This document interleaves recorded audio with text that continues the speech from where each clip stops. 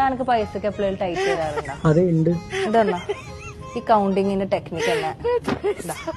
നമ്മള് എന്താ നിങ്ങൾ കണ്ടത്? എന്താ നിങ്ങൾക്ക് മനസ്സിലായത്? എന്തെങ്കിലും മനസ്സിലായോ?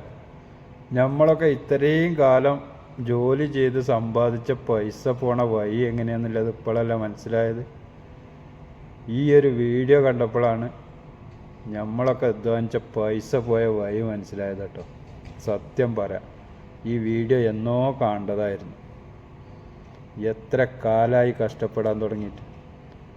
ഇത്രയും കാലം നമ്മൾ സമ്പാദിച്ച പൈസയൊക്കെ ഇത് ഇങ്ങനെ ഈ ഒരൊറ്റ തെറ്റുകാരനാണ് പോണത് എന്നുള്ളത് ഇപ്പോഴാണ് മനസ്സിലായത്. ഈ പെങ്ങളെ വീഡിയോ കാണാൻ ഒരുപാട് വൈകിപ്പോയി. സത്യം പറയാം, സത്യമാണ്. ആ വീഡിയോ നിങ്ങൾ കണ്ടില്ലല്ലോ, കുറച്ചല്ലേ കണ്ടുള്ളൂ. ആ വീഡിയോ കുറച്ച് ഫുള്ളായിട്ടൊന്ന് കണ്ടു നോക്കി. നമ്മളെ സമ്പാദ്യം നമ്മളെ കയ്യിൽ നിന്ന് എങ്ങനെ പോണതെന്നുള്ളത് ആ വീഡിയോയിൽ വ്യക്തമായിട്ട് പെങ്ങൾ വ്യക്തമാക്കി തരുന്നുണ്ട്. നമ്മളൊക്കെ ഈ തെറ്റ് ചെയ്യുന്നതുകൊണ്ടാണ് ഈ ഇതെല്ലാം പോയത് സംഭവം.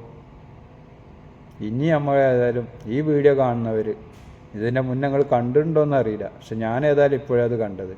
ഇനിയെങ്കിലും നിങ്ങൾ കാണുകയാണെങ്കിൽ ഈ തെറ്റ് ആവർത്തിക്കരുത് പ്ലീസ്. നിങ്ങളെ സമ്പാദ്യം നിങ്ങളെ അടുത്തുണ്ടാകട്ടെ, നമ്മളെ സമ്പാദ്യം നമുക്ക് കൂട്ടി വെക്കാം. അപ്പോൾ അതുകൊണ്ട് നിങ്ങൾ ആ വീഡിയോ ഒന്ന് കണ്ടു നോക്കി. ഞാൻ ഒന്ന് പ്ലേ ചെയ്ത് തരാം. അതിലെന്താ പറയുന്നു. താനക്ക് പൈസക്ക് എപ്പോഴും ടൈറ്റ് തരാറുണ്ടോ? അതെ ഉണ്ട്. ഇതെന്നാ ഈ കൗണ്ടിങ്ങിന്റെ ടെക്നിക്ക് തന്നെ.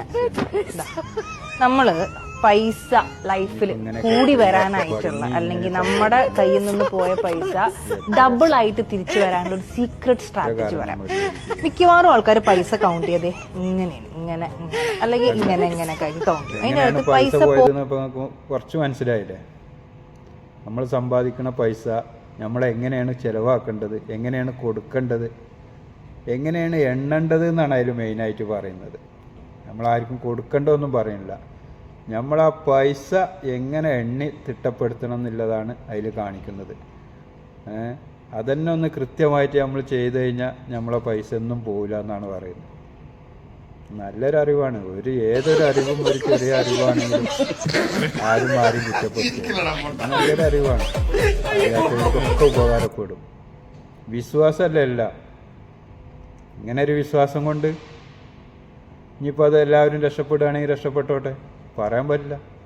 ചിലപ്പോൾ അങ്ങനെ ഒരു വിശ്വാസം ഉണ്ടാവും, ചിലപ്പോൾ ഇത് സത്യമായിരിക്കാം. അങ്ങനെ ചെയ്ത് കഴിഞ്ഞാൽ സമ്പാദ്യം ഉണ്ടാവുകയായിരിക്കാം, വരുമാനം നഷ്ടപ്പെടാതിരിക്കാം. ഏതായാലും നല്ലൊരു പരിപാടിയാണിത്. ആദ്യം അറിഞ്ഞില്ല ഈ സംഭവം കേട്ടോ. പ്ലീസ് ഒന്ന് ഫുള്ളായിട്ട് പറയണ പോലെയാണ്.